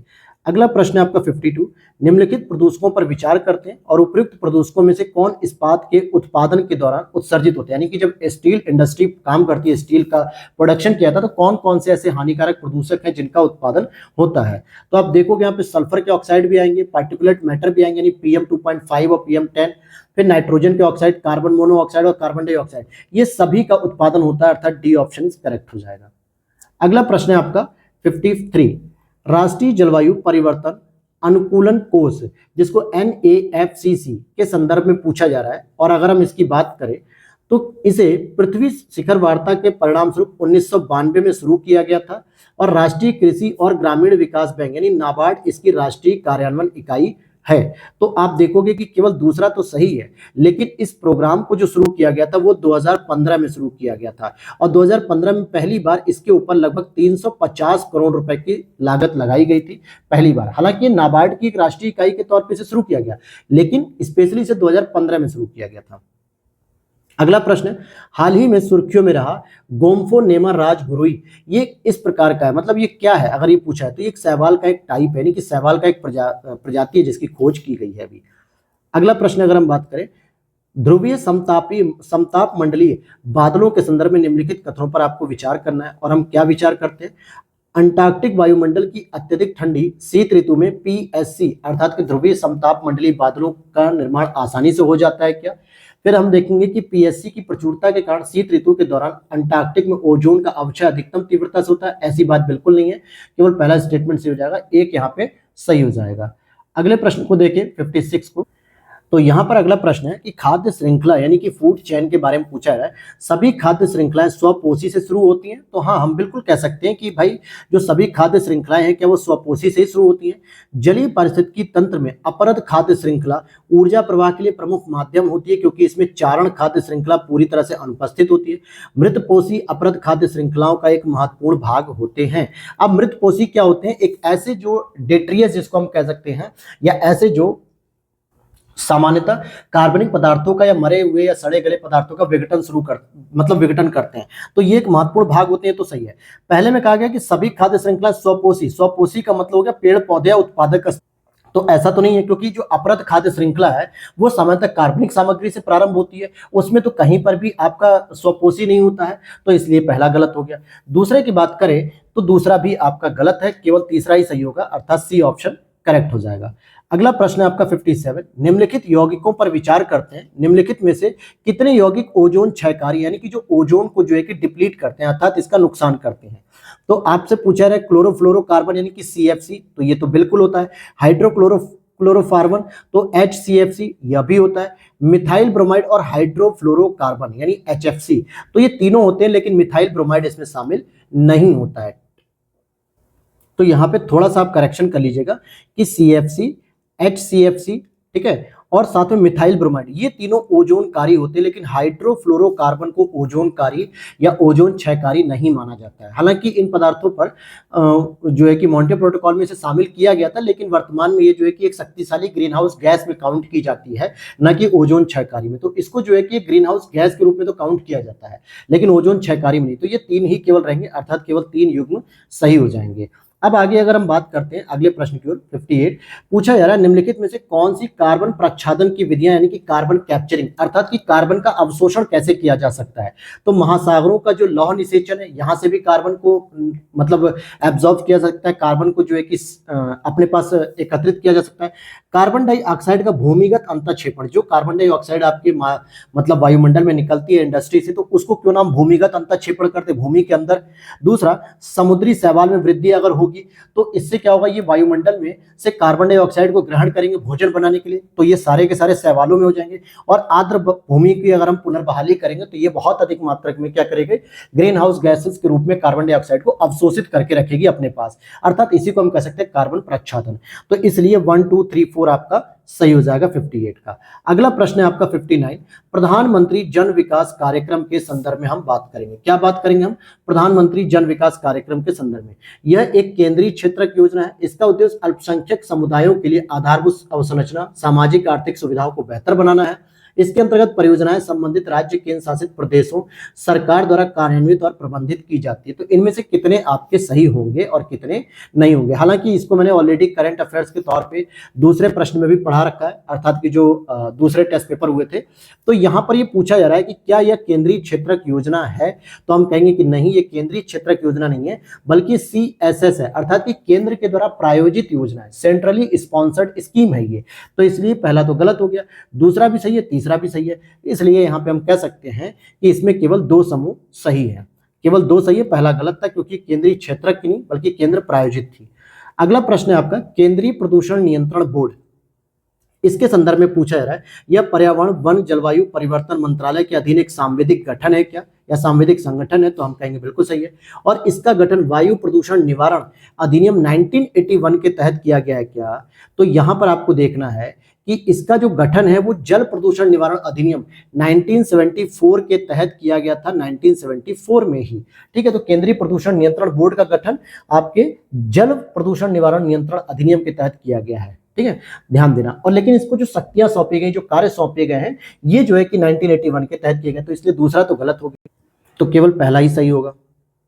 अगला प्रश्न 61, अब यहां पर पूछा जा रहा है, यहां पर देखो कि काफी लंबा स्टेटमेंट है इसमें कि डेट के बारे में बात करें। डेट मतलब जो ऋण होता है, डेट फॉर क्लाइमेट स्वैप एक तरह का समझौता है जिसमें कोई ऋणदाता एक विशेष पर्यावरणीय परियोजना में निवेश करने की कर्जदार की प्रतिबद्धता के बदले कर्जदार के विदेशी ऋण के एक हिस्से को छोड़ देता है या ऋण की अदायगी से राहत प्रदान करता है। तो ये स्टेटमेंट सही है। ऐसे समझौते के कारण कई विकासशील राष्ट्र बढ़ते ऋण के बोझ, जलवायु परिवर्तन और प्रकृति की क्षति जैसे मुद्दों का सामना कर रहे हैं। ये स्टेटमेंट गलत है, तो इसलिए आपका 61 का सी हो जाएगा कि एक सही और दूसरा गलत है। अगला प्रश्न है, हाल ही में सुर्खियों में रही innovative finance facility for climate in Asia and Pacific यानी IF कैप यानी IFCAP, ये जो पहल शुरू की गई थी, ये किसके द्वारा शुरू की गई है, तो ये ADB बैंक, एशियाई डेवलपमेंट बैंक के द्वारा इस पहल को शुरू किया गया है। और ये एक तरीके से बहुदाता वित्त पोषण साझेदारी सुविधा है, ठीक है, ध्यान देना इस बात को। आगे चलते हैं, अगर हम अगले प्रश्न की ओर 63 की बात करेंगे, राष्ट्रीय हरित अधिकरण यानी कि NGT की बात करें, नेशनल ग्रीन ट्रिब्यूनल की कार्यप्रणाली के संदर्भ में, इसकी स्थापना पर्यावरण संरक्षण से संबंधित मामलों के प्रभावी और शीघ्र निपटान के लिए वन्य जीव संरक्षण अधिनियम 1972 के तहत की गई, तो हम कहेंगे कि नहीं सर, इसकी स्थापना स्पेशली 2010 में तो की गई थी, लेकिन इसकी जो स्थापना थी 1972 के तहत नहीं की गई थी, तो पहला तो यहाँ पर गलत हो जाएगा। ठीक, दूसरा है यह अधिकरण सिविल प्रक्रिया संहिता 1908 के तहत निर्धारित प्रक्रिया से बाध्य नहीं है, यह भी बात सही है, तो केवल दूसरा ही सही है, अर्थात बी ऑप्शन सही हो जाएगा। अगला प्रश्न है, यहाँ पे कुछ गैसेस दी हुई है या जो भी दिया हुआ लोकेशन है क्या है देखते हैं। उपर्युक्त स्थानों में से कौन सा परमाणु दुर्घटनाओं से संबंधित है। अच्छा, समझ में आ गया आपको, ये परमाणु दुर्घटनाओं से, जैसे आपने भोपाल गैस त्रासदी को देखा था 1984 में देखा था, ठीक है, 3 दिसंबर 1984 को, जहां एमआईसी का रिसाव हो गया था, भोपाल गैस त्रासदी। इसी तरीके से पूछा जा रहा है कि कौन कौन सी ऐसी लोकेशन है जहां पे इस तरीके की घटनाएं देखने को मिली। अगर हम 3 माइल आइलैंड की बात करें तो यह भी परमाणु आपदा संयुक्त राज्य अमेरिका के पेंसिल्वेनिया में जो है कि घटना हुई थी, यानी यूएसए के अंतर्गत। चेरनोबिल की बात करेंगे तो चेरनोबिल आज के यूक्रेन, हालांकि जब ये घटना हुई थी 1986 में, तब ये यूएसएसआर का पार्ट होता था, सोवियत रसिया का पार्ट होता था, लेकिन अब ये कीव जो राजधानी उसी के आसपास क्षेत्र में है, तो ये यूक्रेन के अंतर्गत आता है। फुकुशिमा की बात करेंगे तो यहाँ पे परमाणु आपदा सुनामी के कारण उत्पन्न हुई थी। किसके कारण हुई थी? सुनामी के कारण। और अगर हम बात करें डीप वाटर होराइजन यानी मैक्सिको की खाड़ी में जो कि तेल रिसाव हुआ था और आज तक का सबसे बड़ा समुद्री तेल रिसाव है, तो ये किसी भी प्रकार से परमाणु दुर्घटना नहीं बल्कि ऑयल स्पिल कहते हैं इसको, ऑयल स्पिलिंग। तो 1 2 3 सही है, अर्थात कि केवल 3 युग्म सही है। अगला प्रश्न है आपका, महासागर का अम्लीकरण प्रवाल भित्तियों के लिए हानिकारक हो सकता है क्या? अगर अम्लीकरण ज्यादा होगा तो प्रवाल भित्तियों का क्या होगा? विरंजन होगा, तो ये बात सही है। अम्लीकरण में वृद्धि से कैल्शियम कार्बोनेट उत्पन्न होने की जो दर होती है वो धीमी हो जाएगी, यह बात भी सही है, तो इसलिए सही व्याख्या यहाँ पे की जा रही है। अगला प्रश्न है, महिला सम्मान बचत प्रमाण पत्र के बारे में बात करेंगे, जिसको 2023-24 के बजट में लॉन्च किया गया था केंद्र सरकार के द्वारा। कोई भी महिला स्वयं के लिए या किसी अवयस्क लड़की की ओर से महिला सम्मान खाता खोल सकती है क्या? अगला है, मतलब खोल सकती है क्या, तो हम कह सकते हैं हाँ, कोई भी महिला खोल सकती है। अगर कोई बच्ची अवयस्क यानी 18 साल से कम है तो वो उसकी तरफ से खाता खोल सकती है। इसमें न्यूनतम निवेश राशि 5,000 रुपए और अधिकतम निवेश राशि 10 लाख रुपए तक की दी हुई है, तो ऐसी बात नहीं है। दूसरा स्टेटमेंट गलत है, यहाँ पर लिखा हुआ है कि 5,000 रुपए न्यूनतम नहीं बल्कि 1,000 रुपए भी आप न्यूनतम रूप से जमा कर सकते हो, और अधिकतम आप लोग जो है कि 2 लाख रुपए तक जमा कर सकते हो। इस पे आपको एक ब्याज मिलेगा, कितना रिटर्न मिलेगा? लगभग 7.55% का रिटर्न मिलेगा। फिर आगे यहाँ पे दे रहा है कि इस योजना से मिलने वाले ब्याज पर टैक्स छूट मिलती है क्या? अगर हम देखें तो इस पर किसी भी प्रकार का कर लाभ का उल्लेख नहीं किया गया, इसलिए यह भी गलत है, यह भी गलत है। खाता धारक खाता खोलने की तिथि से पहले वर्ष के बाद शेष राशि का 40% निकाल सकता है। बिल्कुल सही बात है, इसको 40% आप निकाल सकते हो जितने में भी आपने खाता खोला है जो भी करके, तो आपका ये भी सही है। तो केवल 2 युग्म सही है, पहला सही है और चौथा सही है। अगला प्रश्न है, क्योटो प्रोटोकॉल के बारे में निम्नलिखित में से कौन से तंत्र तैयार किए गए थे क्योटो प्रोटोकॉल से संबंधित? अब यहां पर अगर आप देखोगे तो स्वच्छ विकास तंत्र, जिसको हम लोग क्लीन मैकेनिज्म डेवलपमेंट भी कह सकते हैं, सीएमडी भी कह सकते हैं, ठीक है, क्लीन मैकेनिज्म डेवलपमेंट, मतलब सीडीएम लिखना चाहिए था, क्लीन डेवलपमेंट मैकेनिज्म। दूसरा यहां पर आप देख सकते हो कि संयुक्त कार्यान्वयन भी है और अंतर्राष्ट्रीय उत्सर्जन व्यापार, लेकिन ये निर्धारित अंशदान कोई भी नहीं है जो एनडीसी होता है, ठीक है, नेशनल कंट्रीब्यूशन करके जो होता है, ये नहीं है इसमें। तो 1 2 4 यानी कि सी ऑप्शन करेक्ट हो जाएगा। अगला प्रश्न है, निम्नलिखित कारकों पर विचार कीजिए, उपर्युक्त में से कितने कारक किसी क्षेत्र में किसी प्रजाति की समष्टि घनत्व में वृद्धि को बढ़ाते हैं? भाई वृद्धि कब बढ़ेगी, यानी कि घनत्व कब बढ़ेगा? जब वहां पे अधिक से अधिक जीवित प्रजातियां रहेंगी। तो जीवित प्रजातियों में आप देखोगे कौन कौन सी चीजें शामिल होती है। पहला, जन्म दर, जितनी अधिक प्रजातियां जीवित रहेंगी। दूसरा, मृत्यु दर अगर ज्यादा रहेगी तो वहां पे तो जनसंख्या वैसे भी कम हो रही है, तो जनघनत्व तो कहां बढ़ा, तो ये तो गलत हो गया। आप्रवासन यानी कि एक जगह से दूसरी जगह आना, इससे एक पर्टिकुलर क्षेत्र में क्या होता है, जब नई नई प्रजातियां आती हैं, नए नए लोग आते हैं, तो इससे क्या होता है कि घनत्व बढ़ जाता है। अगर मैं कहूं दिल्ली का घनत्व क्यों सबसे ज्यादा माना जाता है, क्योंकि दिल्ली के लोकल लोग नहीं है, लेकिन यहाँ पे अलग अलग राज्यों से, अलग अलग क्षेत्रों से दिल्ली में आके लोग जॉब कर रहे हैं, अर्थात प्रवासन हुआ है, उनका आप्रवासन हुआ है। इस आधार पर कह सकते हो कि यहाँ का जनघनत्व बढ़ गया है। तो जनसंख्या आपका अप्रवासन, यानी कि केवल 2 युग्म सही है। अगला प्रश्न है आपका 69 की बात करें, सस्टेनेबल डेवलपमेंट गोल के बारे में और उसके लक्ष्य की बात करें, तो जो एसडीजी संख्या जैसे एसडीजी 3, एसडीजी 9, एसडीजी 13 और एसडीजी 16 कौन कौन से इसमें सुमेलित हैं? तो कौन सा सुमेलित है, जरा आप इसे देख सकते हो। जैसे अगर मैं बात करूं एसडीजी थर्ड की, तो एसडीजी थर्ड लैंगिक समानता की बात नहीं करता, बल्कि गुड हेल्थ की बात करता है, एक अच्छे स्वास्थ्य की बात करता है। क्योंकि लैंगिक समानता के लिए अगर हम बात करें तो इसके लिए 5वां नंबर होना चाहिए, पहला गलत। एसडीजी 9 की अगर हम बात करें तो एसडीजी 9 आपका इंडस्ट्री और इनोवेशन के लिए बात करता है, यानी इंफ्रास्ट्रक्चर इनोवेशन इंडस्ट्री, तो यह भी गलत है। क्योंकि जो स्वच्छ ऊर्जा तक की अगर आप बात कर रहे हो तो उसे हम कहते हैं अफोर्डेबल एंड क्लीन एनर्जी, जो कि 7वें नंबर में है, तो ये भी गलत है। एसडीजी 13 की बात करें तो ये कहता है कि ये क्लाइमेट एक्शन होना चाहिए। क्या होना चाहिए? क्लाइमेट एक्शन होना चाहिए। लेकिन आपने क्या लिखा है? संधारणीय शहर और समुदाय। इट मींस कि क्या हो गया? रेस्पॉन्सिबल कंज्यूमर, नहीं रेस्पॉन्सिबल तो नहीं होगा, सस्टेनेबल एंड कम्युनिटीज, जो कि 11 नंबर में आएगा, तो ये भी गलत है। एसडीजी 16 सही है भाई, पीस एंड जस्टिस अर्थात स्ट्रॉन्ग इंस्टीट्यूशन, अर्थात शांति, न्याय और मजबूत संस्था है, तो केवल एक सही है, जो कि चौथे नंबर वाला सही है। नेक्स्ट है जैव विविधता विरासत स्थल के बारे में आपको पढ़ना है। जैव विविधता विरासत अधिनियम 2002 के तहत केंद्र सरकार स्थानीय निकायों के परामर्श से जैव विविधता महत्व के क्षेत्रों को जैव विविधता विरासत स्थलों के रूप में आधिकारिक राजपत्र में अधिसूचित कर सकती है। तो क्या स्थानीय स्तर पे इसको परामर्श करना पड़ता है या नहीं करना पड़ता, पहली चीज। दूसरा है कर्नाटक के बेंगलुरु में स्थित नल्लूर इमली ग्रोव को भारत के पहले जैव विविधता विरासत स्थल के रूप में नामित किया गया था। तो देखिए दूसरा स्टेटमेंट तो बिल्कुल सही है, लेकिन यहाँ पे अगर हम पहले स्टेटमेंट की बात करें कि, तो पहला स्टेटमेंट में गलती है कि जैव विविधता जो स्थल है उसमें केंद्र सरकार नहीं परामर्श करती, बल्कि राज्य सरकार परामर्श करती है और फिर उसे जो है कि राजपत्र में अधिसूचित करती है। तो पहला इसलिए गलत है, इसलिए केवल दूसरा स्टेटमेंट सही रहेगा। अगला प्रश्न आपका, निम्नलिखित प्रकार के पिरामिडों पर हमें विचार करना है, और यहाँ पे पूछा जा रहा है कि उपयुक्त में से कितने पिरामिडों का आकार कभी भी उल्टा नहीं हो सकता। तो केवल ऊर्जा का पिरामिड ऑलवेज सीधा रहेगा, बाकी संख्या का पिरामिड, जैव भार का पिरामिड, ये हमेशा उल्टा भी हो सकता है, सीधा भी हो सकता है, इसलिए केवल एक सही है। और इसको मैंने एनवायरमेंट की जो मैराथन मतलब कि जो एनवायरमेंट घटना चक्र की क्लास है वहां पे डिटेल डिस्कशन किया है, आप उसे देख सकते हो वहां पर। आगे देखते हैं 72 में, निम्नलिखित पोषक चक्रों पर विचार कीजिए और इसमें से कितने गैसीय पोषक चक्र हैं। अगर हम सल्फर की बात करें तो सल्फर को आपको हटाना पड़ेगा, सल्फर या फास्फोरस, आई थिंक फास्फोरस हटेगा, नहीं ये दोनों ही हटेंगे, ठीक है। सल्फर और जो फास्फोरस हैं ये दोनों गैसों के अंतर्गत नहीं होते, बल्कि अवसाद या तलछटी, या यूं कहें कि ये एक तरीके से चट्टानों में निर्मित होते हैं। तो इनका जो है कि गैसीय पोषक चक्र नहीं होता, बल्कि चट्टानी पोषक चक्र होता है। जबकि नाइट्रोजन और कार्बन इनका गैसीय होता है, तो केवल दो सही हो जाएंगे। अगला प्रश्न है, ऐसा माना जाता है कि पृथ्वी वर्तमान में छठे सामूहिक विलोपन के दौर से गुजर रही है। वर्तमान प्रजातियों के विलोपन की दर पूर्व मानव काल की तुलना में कई गुना तीव्र होने का भी अनुमान है, यानी कि पहले की अपेक्षा काफी तेजी से जो है कि यहाँ पे विलोपन देखने को मिल रहा है। तो ये दोनों ही बातें सही हैं। अगला प्रश्न अगर हम 74 की ओर बढ़ते हैं तो 74 कहता है कि निम्नलिखित में से कौन सी ग्रीन हाउस गैसेज हैं। तो भाई आप देखोगे कार्बन डाइऑक्साइड भी है, हाइड्रोफ्लोरोकार्बन भी है, मैंने अभी बताया, मीथेन भी है और नाइट्रस ऑक्साइड भी है। तो 1 2 3 4 ये सभी के सभी ग्रीन हाउस गैसेज हैं। अगला पॉइंट है यहाँ पर, अगला पॉइंट मतलब अगला प्रश्न अगर आप देखोगे, trade record analysis and flora and fauna international commerce, जिसको हम लोग ट्रैफिक के नाम से भी जानते हैं, यह World Wide Fund for Nature और International Union for Conservation of Nature द्वारा संयुक्त रूप से स्थापित एक वन्य जीव व्यापार निगरानी नेटवर्क है क्या? इसमें यह पूछा जा रहा है, तो हम कहेंगे बिल्कुल कि जो ट्रैफिक की स्थापना की गई थी ये आपके WWF और IUCN द्वारा संयुक्त रूप से की गई थी। और कब स्थापना की गई थी?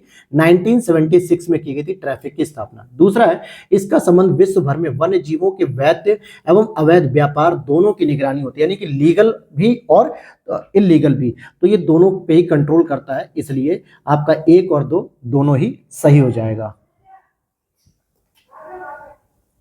अगला प्रश्न है, हाल ही में गोल्डीलॉक्स अर्थव्यवस्था पद सुर्खियों में रहा था, तो ये अर्थव्यवस्था की किस मतलब स्थिति को दर्शाता है? तो आप देखोगे यह एक ऐसी स्थिति है जिसमें अर्थव्यवस्था का विस्तार या संकुचन बड़े अंतर से नहीं होता, तो इसलिए बी ऑप्शन हो जाएगा। अगला प्रश्न है 77, निम्नलिखित कथनों में से किसी जल निकाय की रासायनिक ऑक्सीजन मांग का सर्वोत्तम रूप वर्णन करता है। रासायनिक ऑक्सीजन मांग का मतलब हो गया आपका बायोलॉजिकल ऑक्सीजन डिमांड, BOD के बारे में ये बात कर रहा है आपका। अब BOD नहीं कहेंगे, सॉरी, इसे COD कह सकते हैं, COD, ठीक है। तो यहां पर जो वर्णन करेगा, यह ऑक्सीकरण के माध्यम से कार्बनिक और अकार्बनिक पदार्थों के अपघटन हेतु ऑक्सीजन की मात्रा होती है। ध्यान देना कि अगर BOD की हम बात करते हैं तो BOD में केवल और केवल कार्बनिक पदार्थों का हम विघटन करते हैं, लेकिन अगर हम COD की बात करते हैं दोस्तों, तो इसमें कार्बनिक पदार्थ भी आता है और अकार्बनिक पदार्थ भी आता है जिसमें कार्बन नहीं मिला होता है, और ये एक व्यापक मात्रा होती है और इसीलिए इसका कैलकुलेशन ठीक से नहीं हो पाता। वाटर बॉडीज में कार्बनिक और अकार्बनिक दोनों पदार्थ होते हैं और जिसके लिए हमें सीओडी की जरूरत पड़ती है, केमिकल ऑक्सीजन डिमांड। लेकिन इसका कैलकुलेशन बहुत आसानी से नहीं हो पाता, इसलिए हम बीओडी पर ही हमेशा चर्चा करते हैं यूट्रिफिकेशन के माध्यम से। तो यहां पर आप देखोगे कि सीओडी की बात कर रहा है, केमिकल ऑक्सीजन डिमांड, तो सीओडी के लिए कार्बनिक और अकार्बनिक दोनों पदार्थ होने चाहिए, तो इसलिए बी ऑप्शन यहाँ पे सही हो जाएगा। अगला प्रश्न अगर हम देखें 78, वन्य जीव अभ्यारण्यों के संदर्भ में अगर हमसे पूछा जा रहा है तो क्या पूछा जा रहा है कि यह एक ऐसा संरक्षित क्षेत्र होता है जहां दुर्लभ और लुप्तप्राय प्रजातियों को प्रतिबंधित स्थानों पर मानव नियंत्रित वातावरण में प्रजनन करने हेतु प्रोत्साहित किया जाता है। बिल्कुल मानव नियंत्रित वातावरण होता है, वहां पे मानव नहीं आते हैं, पहला सही है। इन अभ्यारण्यों में मानवीय गतिविधियों जैसे लघु वन उत्पादों का एकत्रीकरण करना, लकड़ी संग्रहण और निजी स्वामित्व अधिकार प्राप्त करने की अनुमति होती है, तो इसे आप कह सकते हो कि हाँ ये बातें सही हैं। तो एक और दो, क्योंकि वन्यजीव अभ्यारण्य दोस्तों बहुत बड़े क्षेत्र होते हैं, ये कम से कम हजारों क्षेत्रों में फैले होते हैं, कई किलोमीटर तक फैले होते हैं, तो इतने बड़े क्षेत्र में आप किसी ग्रामीण व्यक्ति को उसके जो जीवन का अधिकार है उससे तो वंचित नहीं कर सकते। वो अपने जीवन यापन के लिए कुछ लघु वन उपज वगैरह लकड़ी वगैरह कलेक्ट करेगा। हालांकि जो कोर एरिया होते हैं, अलग अलग एरिया होते हैं, उसमें आपको प्रवेश करने से मना कर दिया जाता है और इसमें पर्यटन की भी अनुमति होती है। अगला प्रश्न यहाँ पे जैव विविधता का प्रकार और उसकी माप कैसे होती है। जैव विविधता का प्रकार और उसकी माप कैसे होती है, तो इसमें यहाँ पे लिख रहा है कि कितने सही सुमेलित। तो जो अल्फा विविधता होती है ये किसी विशेष पारिस्थितिकी तंत्र में प्रजातियों की समृद्धता बताता है, बिल्कुल सही बात है। बीटा विविधता की बात करेंगे तो संपूर्ण क्षेत्र के भीतर कुल जैव विविधता। गामा पारिस्थितिकी तंत्रों के बीच प्रजातियों की संख्या परिवर्तन। तो देखिए इसमें अपोजिट लिखा हुआ है, गामा विविधता होती है जो संपूर्ण क्षेत्र में जितनी भी जैव विविधता होती है इसके बारे में बात करता है, जबकि बीटा वाली जो है कि क्रमिक जोन में अर्थात कि पारिस्थितिकी तंत्रों के बीच प्रजातियों की जो संख्या, अलग अलग जो इकोसिस्टम है उनके बीच में कितना डिफरेंस है इसको कैलकुलेट करता है। तो ये दोनों तो गलत हो गए, केवल पहला सही है। और कितने युग्म सही है, तो केवल एक सही है। अगला प्रश्न आपका आता है रेडियोधर्मी प्रदूषण के संदर्भ में निम्नलिखित कथनों पर विचार कीजिए। भाई रेडियोधर्मी अपशिष्ट गैसीय, तरल और ठोस स्वरूप में हो सकते हैं, इनकी रेडियोधर्मिता के स्तर में भिन्नताएं भी हो सकती हैं। रेडियोधर्मी अपशिष्ट कुछ घंटों से लेकर करोड़ों वर्षों तक रेडियोधर्मी बने रह सकते हैं, तो ये दोनों ही बातें आपकी सही हैं। 81 पे आते हैं, निम्नलिखित में से कौन सा कथन स्प्रिंग सॉक पद का सर्वोत्तम वर्णन करता है। स्प्रिंग सॉक ये क्या होता है भाई, तो ये झीलों की हिम और बर्फ के पिघलने के कारण अम्लीयता में वृद्धि, तो अर्थात जो हिम और बर्फ पिघलते हैं जिससे वाटर बॉडीज में अम्लीयता की वृद्धि होती है, इसी के बारे में बात करते हैं। ठीक है, और वाटर बॉडीज में अम्लीयता का मतलब हो गया, अम्लीयता अगर बढ़ेगी तो जल का जो पीएच मान है वो क्या होगा, डाउन होगा, कम होता जाएगा। अगला प्रश्न यहाँ पे निम्नलिखित में से कौन सा विनियामकीय निकाय भारत में ध्वनि प्रदूषण को नियंत्रित करने के लिए मानक और दिशा निर्देश तैयार करने के लिए उत्तरदायी माना जाता है। तो यहाँ पे लिखोगे केंद्रीय प्रदूषण नियंत्रण बोर्ड। कौन होता है, केंद्रीय प्रदूषण नियंत्रण बोर्ड, जो बताता है कि जैसे औद्योगिक क्षेत्र में 75 डेसिबल से लेकर 70 डेसिबल तक होता है और आवासीय क्षेत्रों में 55 से 45 डेसिबल होता है। तो ये अलग अलग जो डेसिबल तैयार करते हैं वो यही तैयार करते हैं। फोटोकेमिकल स्मॉग के बारे में हमें विचार करना है। क्या विचार करते हैं कि यह एक ऑक्सीकारक यानी कि ऑक्सीडाइजिंग स्मॉग है, बिल्कुल सही है। यह ओजोन जैसे द्वितीयक प्रदूषकों से बना है, यह भी सही है क्योंकि जैसे पैन भी एक क्या है, द्वितीयक प्रदूषक होता है। यह सूर्य के प्रकाश की अनुपस्थिति में भी उत्पन्न हो सकता है, ये बात गलत है क्योंकि यहां पर आपको सूर्य के प्रकाश की अनुपस्थिति में तो ये नहीं हो सकता। ठीक है, क्योंकि ये प्रदूषित वायु में सोलर अल्ट्रावायलेट रेडिएशन की अभिक्रिया का कारण होता है। तो इस तरीके से तीसरा गलत है, अर्थात कि 1 और 2 सही हो जाएगा। अगला प्रश्न यहाँ पे द्विपक्षीय अभ्यास और भारत के साथ कौन कौन से देश ने भाग लिया था और कितने युग्म सही सुमेलित है, ये पूछा जा रहा है। जैसे धर्म गार्जियन में भारत के साथ जापान ने भाग लिया था, समुद्र शक्ति और अल मोहिद अल हिंदी, अगर इसमें हम बात करें कि कौन किसके साथ शामिल हुआ, तो देखिए धर्म गार्जियन तो भारत और जापान के बीच में हुआ, तो पहला तो सही है। लेकिन अगर हम बात करते हैं कि जो अल मोहिद अल हिंदी है, ये सामान्यतः आपकी मुझे जहां तक याद आ रहा है कि भारतीय नौसेना और सऊदी अरब की जो है कि रॉयल जो ये थी रॉयल सऊदी नेवल फोर्स थी, इसके द्वारा था, जो सऊदी अरब का था, तो यमन तो नहीं था। और समुद्र शक्ति की बात करेंगे तो फ्रांस नहीं था बल्कि इंडोनेशिया था। तो इस तरीके से दूसरा गलत तीसरा गलत, अर्थात कि केवल एक युग्म सम्मिलित है। अगला है ध्रुव एडवांस लाइट हेलीकॉप्टर। ध्रुव एडवांस लाइट हेलीकॉप्टर के बारे में, इसे डीआरडीओ द्वारा स्वदेशी रूप से डिजाइन और विकसित किया गया। यह सभी मौसमों में कार्य करने में सक्षम है। यह नागरिक और सैन्य दोनों भूमिकाओं को निभाने के लिए प्रमाणित है। तो आप देखोगे कि पहला स्टेटमेंट यहाँ पे गलत हो जाएगा क्योंकि इसको डीआरडीओ ने डेवलप नहीं किया बल्कि हिंदुस्तान एरोनॉटिक्स लिमिटेड ने जो है कि इसे स्वदेशी रूप से डेवलप किया है। समझ में आ गया इसको क्या कह रहा है, ध्रुव एडवांस लाइट हेलीकॉप्टर, इसको किसने किया है, तो हिंदुस्तान एरोनॉटिक्स लिमिटेड ने इसको स्वदेशी रूप से डेवलप किया, न कि डीआरडीओ। पहला गलत हो गया। यह सभी मौसमों में कार्य करने में सक्षम है, यह भी बात सही है। और तीसरा स्टेटमेंट भी सही है कि नागरिकों के साथ साथ ये सैन्य भूमिका भी निभा सकता है, अर्थात केवल 2 युग्म इसमें सुमेलित है, दूसरा और तीसरा। अगला प्रश्न, संधारणीय विकास के संदर्भ में आपसे माल्थस के जनसंख्या वृद्धि के सिद्धांत के बारे में प्रश्न पूछा जा रहा है। और इस प्रश्न में क्या कहा गया है कि यद्यपि मनुष्य की जनसंख्या गुणोत्तर श्रेणी में बढ़ती है, किंतु भरण पोषण के संसाधनों के उत्पादन में वृद्धि समानांतर श्रेणियों में होती है। तो पहला स्टेटमेंट तो भाई सही था।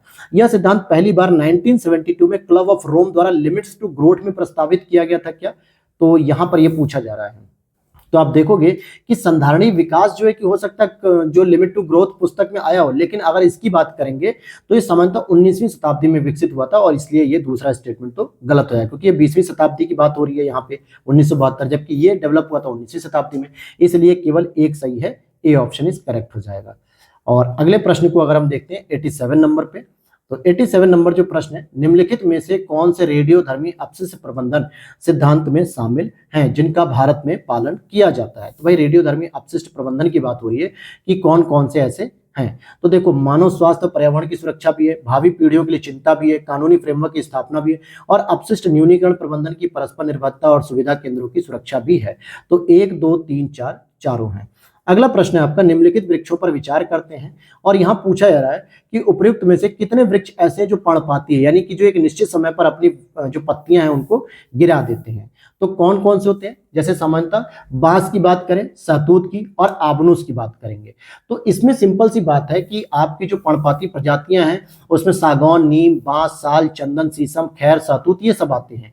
तो अर्थात आबनूस तो इसमें नहीं आएगा, लेकिन बांस और सहतूत इसमें आ जाएंगे, अर्थात केवल 2 इसमें सही हो जाएंगे।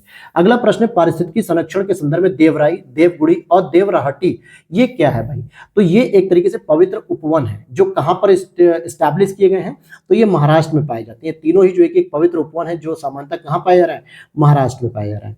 अगला प्रश्न है यहाँ पे, निम्नलिखित जैव विविधता संरक्षण स्थल पर विचार कीजिए और कितने बाह्य स्थानीय संरक्षण दृष्टिकोण के उदाहरण, यानी कि XC2 अर्थात एक जगह से हटा के दूसरे जगह डेवलप करने से संबंधित हैं। तो इसमें अगर आप देखोगे तो कौन सा सही हो जाएगा, क्या पवित्र उपवन, वनस्पति उद्यान, प्राणी उद्यान और वन्य जीव सफारी पार्क। अगर इसमें आप देखोगे कि जो XC2 मेथड है, ठीक है, तो XC2 मेथड के लिए अगर आपसे बात पूछी जाए तो यहां पर आप देखोगे कि वनस्पति उद्यान, प्राणी उद्यान, वन्य जीव सफारी पार्क ये तीनों ही आपके बाह्य स्थानीय संरक्षण के उदाहरण हैं। लेकिन पवित्र उपवन की बात करेंगे तो ये इन सीटू मेथड के अंतर्गत आता है, जो अभी हमने महाराष्ट्र का भी देखा, क्योंकि जो पर्टिकुलर जगह सुरक्षित नहीं हो पाती उसको वहीं पे पवित्र उपवन के रूप में डेवलप करो, और जिससे जो स्थानीय स्तर की जनता है वो उसके लिए प्रेरित हो और उसकी सुरक्षा करने के लिए भी मोटिवेट होती है। तो केवल 3 युग्म सही है, जबकि पहला वाला नहीं सही है। अगला प्रश्न यहाँ पे 91 की बात करें, निम्नलिखित में से कौन से भारत में मृदा प्रदूषकों के प्रमुख स्रोत होते हैं। भाई मृदा में प्रदूषण कैसे होता है इसके बारे में आपसे पूछा जा रहा है।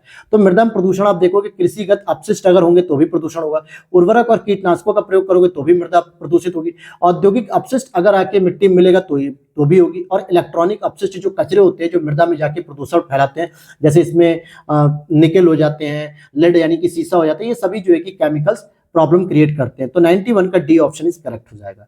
अगला प्रश्न, हाल ही में सुर्खियों में रहे गम अरेबिक जिनका उपयोग फिजी ड्रिंक्स और कैंडी उद्योग में किया जाता है, ये प्राप्त होता है। तो ये कहां से प्राप्त होता है अगर इसके बारे में पूछा है तो ये बबूल के वृक्ष से प्राप्त होता है गम अरेबिक।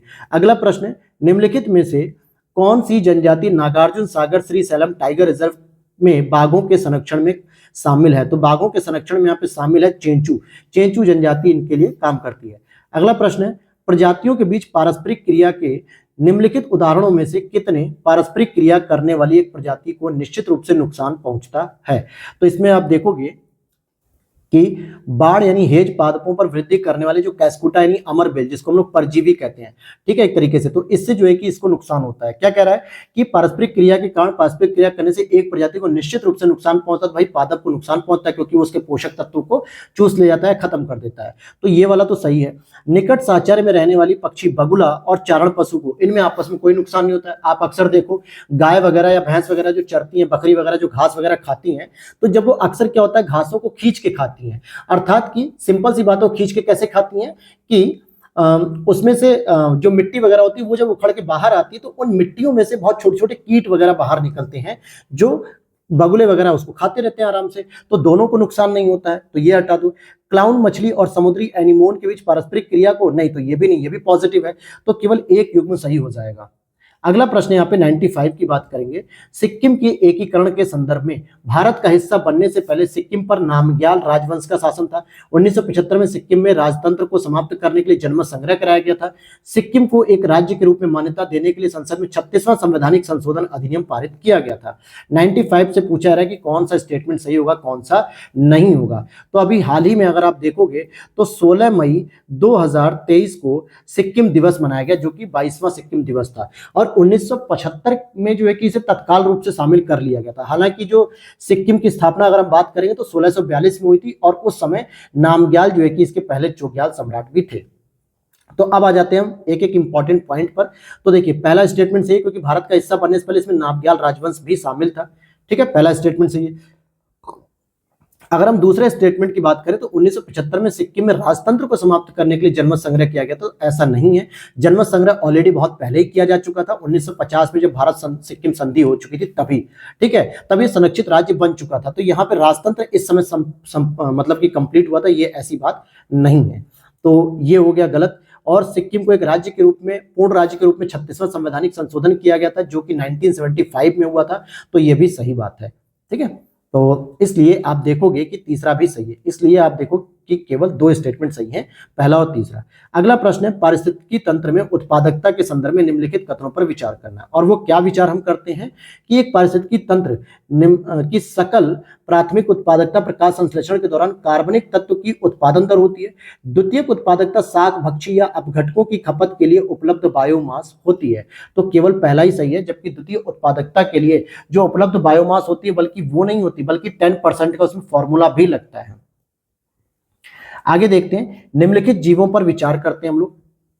क्या है निम्नलिखित जीवों पर अगर हम विचार करते हैं तो जैसे यहाँ पे जीव है एस्चेरिचिया कोलाई, एंटरोकोस फिलाकिस और साल्मोनेला टाइफी। ये कौन से जीव है ऐसे जो दूषित जल में पाए जाते हैं? तो आप देखोगे कि 1, 2, 3 तीनों ही दूषित जल में पाए जाते हैं। वीडियो अच्छी लग रही है दोस्तों तो लाइक कर देना, और चैनल पे पहली बार तो फॉलो कर लेना, क्योंकि इस प्रकार के आपको प्रीलिम्स के टेस्ट सीरीज यहीं पर आपको मिलेगी और बहुत ही अच्छी तरीके से। तो चलिए अगले प्रश्न की ओर चलते हैं।